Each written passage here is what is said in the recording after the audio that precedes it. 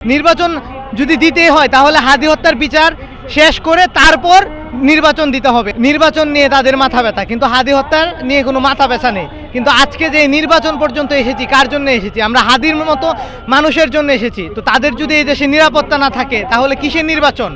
নির্বাচন যদি দিতেই হয় তাহলে হাদি হত্যার বিচার শেষ করে তারপর নির্বাচন দিতে হবে, না হয় কোনো নির্বাচন হবে না এখানে।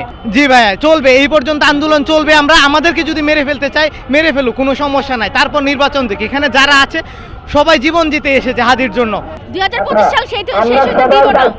যে আমাদের জন্য ইনসাফ করতে চাইছিল, আমরা তার জন্য কেন এখন ইনসাফ আনতে পারি নাই?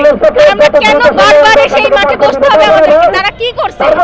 18 তারিখে ইন্তেকাল করছে, 18 তারিখ থেকে এই পর্যন্ত তারা কি করছে? 48 ঘন্টার মধ্যে কি তারা পারে নাই হত্যাকারীকে ধরতে? আমরা কেন বারবার সেই বিচার চেয়ে যাব? তারা কি আমাদেরকে দেখতেছে না? হার্টের যত্নে বিশ্বসেরা ক্যানোলা তেল এখন বাংলাদেশে।